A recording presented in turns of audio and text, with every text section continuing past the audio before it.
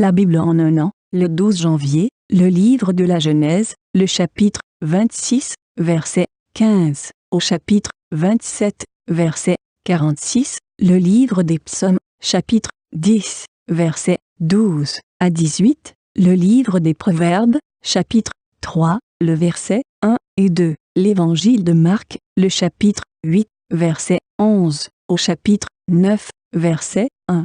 Livre de la Genèse, chapitre 26. Tous les puits qu'avaient creusés les serviteurs de son père, du temps d'Abraham son père, les Philistins les comblèrent et les remplirent de poussière. Et Abimelech dit à Isaac, « Va-t'en de chez nous, car tu es beaucoup plus puissant que nous. » Isaac partit de là et campa dans la vallée de Guérar, où il s'établit. Isaac creusa de nouveau les puits d'eau qu'on avait creusés du temps d'Abraham son père, et qu'avaient comblés les Philistins après la mort d'Abraham. Et il leur donna les mêmes noms que son père leur avait donnés. Les serviteurs d'Isaac creusèrent encore dans la vallée, et y trouvèrent un puits d'eau vive. Les bergers de Guérar querellèrent les bergers d'Isaac en disant « L'eau est à nous !» Et il donna au puits le nom d'Essek, parce qu'ils étaient disputés avec lui. Ses serviteurs creusèrent un autre puits, au sujet duquel on chercha aussi une querelle, et il l'appela Sitna. Il se transporta de là et creusa un autre puits, pour lequel on ne chercha pas querelle, et il l'appela Rehoboth, car, dit-il, l'Éternel nous a maintenant mis au large, et nous prospérerons dans le pays. Il remonta de là à Beersheba. L'Éternel lui apparut dans la nuit et dit, « Je suis le Dieu d'Abraham ton père, ne crains point, car je suis avec toi.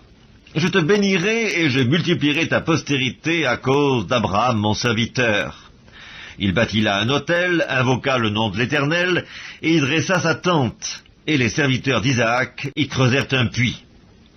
Abimelech vint de Guérar auprès de lui avec Ahuzat son ami, et Picol, chef de son armée. Isaac leur dit, « Pourquoi venez-vous vers moi, puisque vous me haïssez, et que vous m'avez renvoyé de chez vous ?»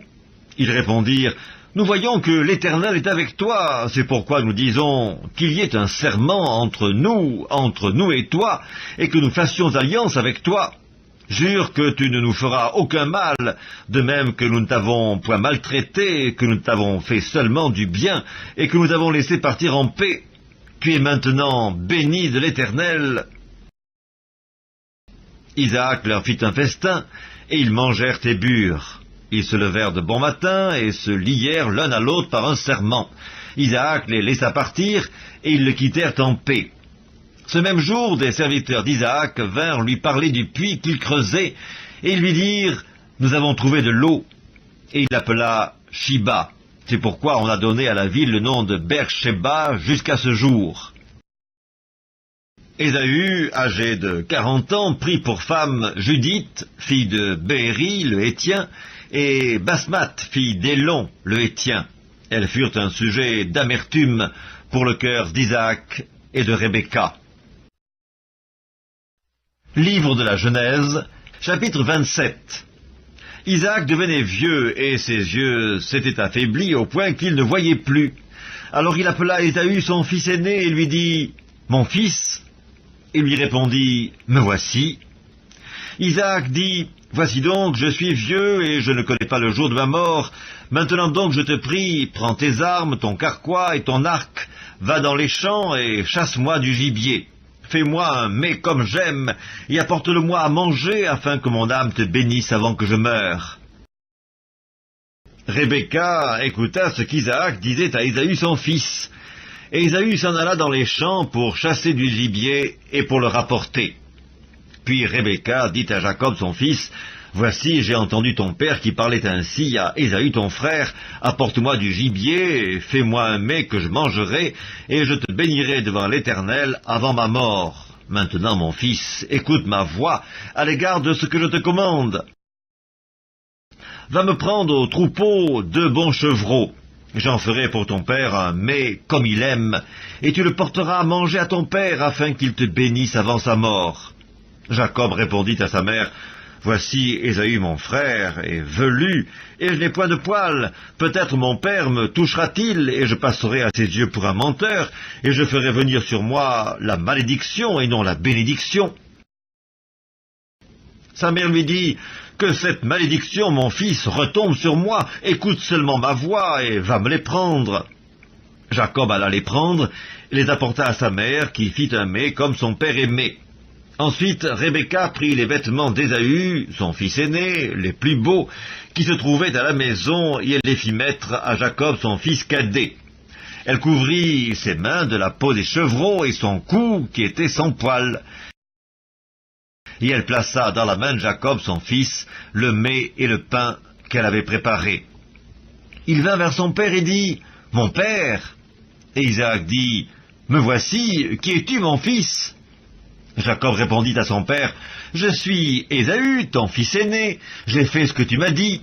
Lève-toi, je te prie, assieds-toi et mange de mon gibier, afin que ton âme me bénisse. » Isaac dit à son fils, « Eh quoi, tu en as déjà trouvé, mon fils ?» Et Jacob répondit, « C'est que l'Éternel, ton Dieu, l'a fait venir devant moi. » Isaac dit à Jacob, « Approche donc, et que je te touche, mon fils, pour savoir si tu es mon fils Ésaü ou non. » Jacob s'approcha d'Isaac, son père, qui le toucha, et dit, « La voix est la voix de Jacob, mais les mains sont bien les mains d'Ésaü. » Il ne le reconnut pas, parce que ses mains étaient velues, comme les mains d'Ésaü son frère, et il le bénit. Il dit, « C'est toi qui es mon fils Ésaü ?» Et Jacob répondit, « C'est moi. » Isaac dit, « Serre-moi et que je mange du gibier de mon fils, afin que mon âme te bénisse. » Jacob le servit, et il mangea, il lui apporta aussi du vin, et il but. Alors Isaac son père lui dit, « Approche donc, et embrasse-moi mon fils. » Jacob s'approcha et l'embrassa. Isaac sentit l'odeur de ses vêtements, puis il le bénit, et dit, « Voici l'odeur de mon fils est comme l'odeur d'un champ que l'Éternel a béni.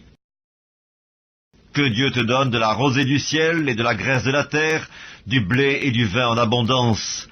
Que des peuples te soient soumis et que des nations se prosternent devant toi. Sois le maître de tes frères et que les fils de ta mère se prosternent devant toi. Maudit soit quiconque te maudira et béni soit quiconque te bénira. » Isaac avait fini de bénir Jacob, et Jacob avait à peine quitté son père Isaac, qu'Ésaü, son frère, revint de la chasse. Il fit aussi un mets qu'il porta à son père, et il dit à son père, « Que mon père se lève et mange du gibier de son fils, afin que ton âme me bénisse. » Isaac, son père, lui dit, « Qui es-tu » Et il répondit, « Je suis ton fils aîné, Ésaü. » Isaac fut saisi d'une violente émotion, et il dit, « Qui est donc celui qui a chassé du gibier et me l'a apporté? J'ai mangé de tout avant que tu viennes, et je l'ai béni. Aussi sera-t-il béni. » Lorsqu'Ésaü entendit les paroles de son père, il poussa de forts cris, pleins d'amertume, et il dit à son père, « Bénis-moi aussi, mon père. » Isaac dit, « Ton frère est venu avec ruse, et il a enlevé ta bénédiction. » Ésaü dit, « Est-ce parce qu'on l'a appelé du nom de Jacob qu'il m'a supplanté 2 fois?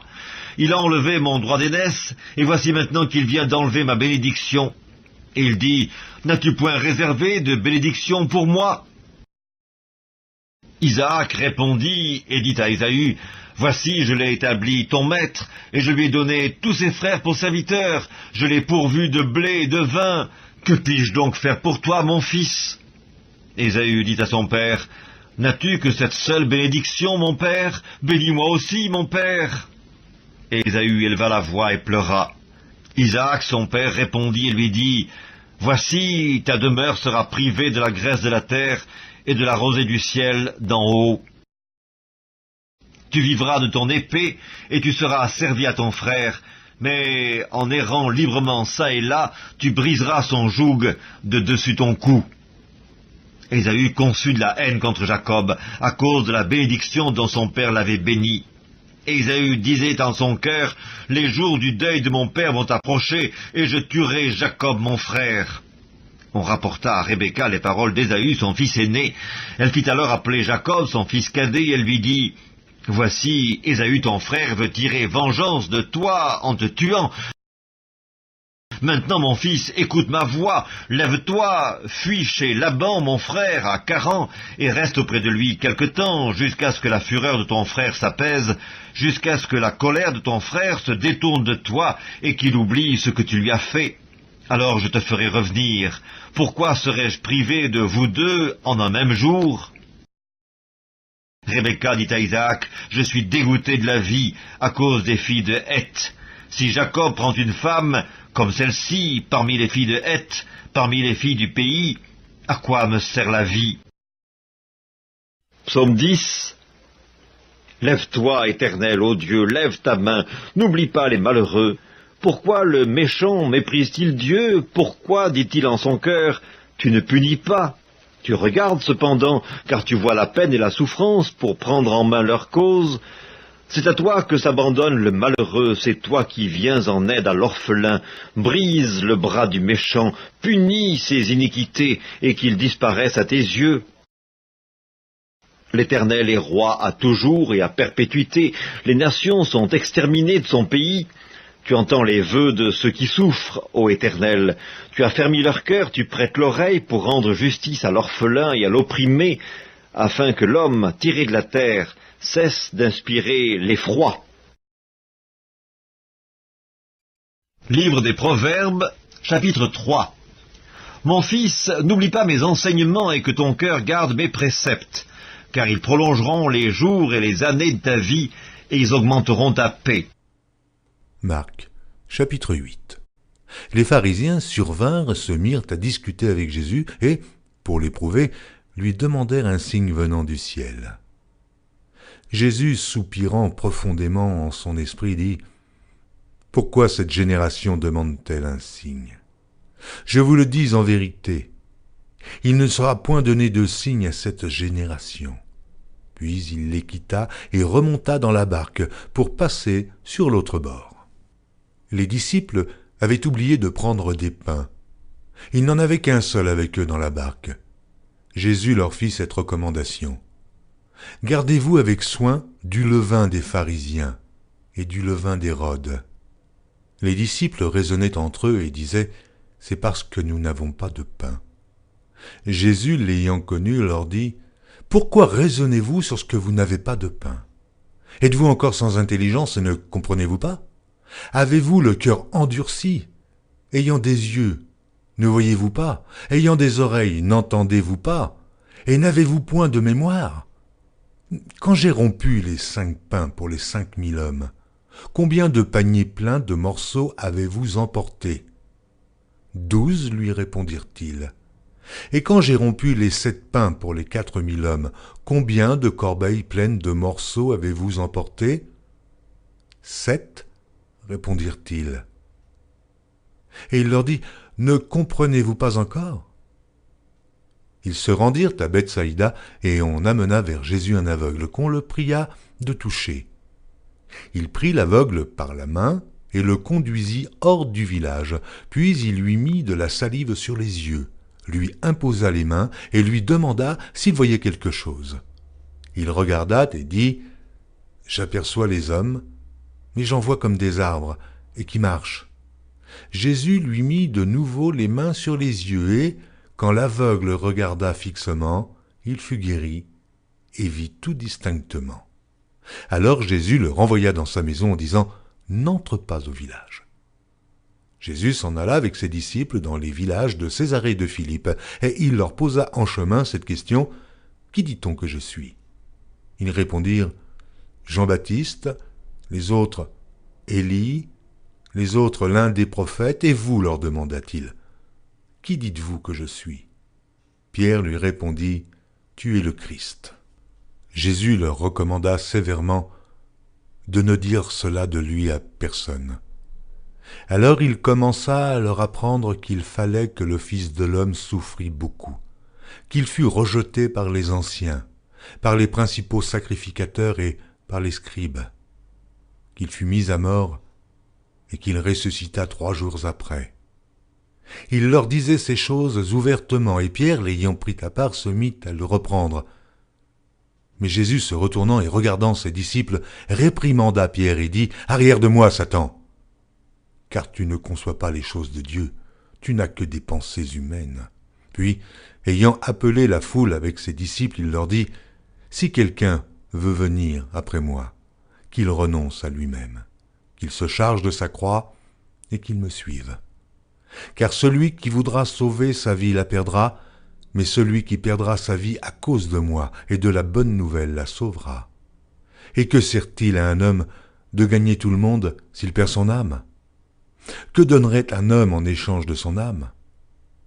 Car quiconque aura honte de moi et de mes paroles, au milieu de cette génération adultère et pécheresse, le Fils de l'homme aussi aura honte de lui quand il viendra dans la gloire de son Père avec les saints anges. » Marc, chapitre 9. Il leur dit encore, « Je vous le dis en vérité, quelques-uns de ceux qui sont ici ne mourront point, qu'ils n'aient vu le royaume de Dieu venir avec puissance.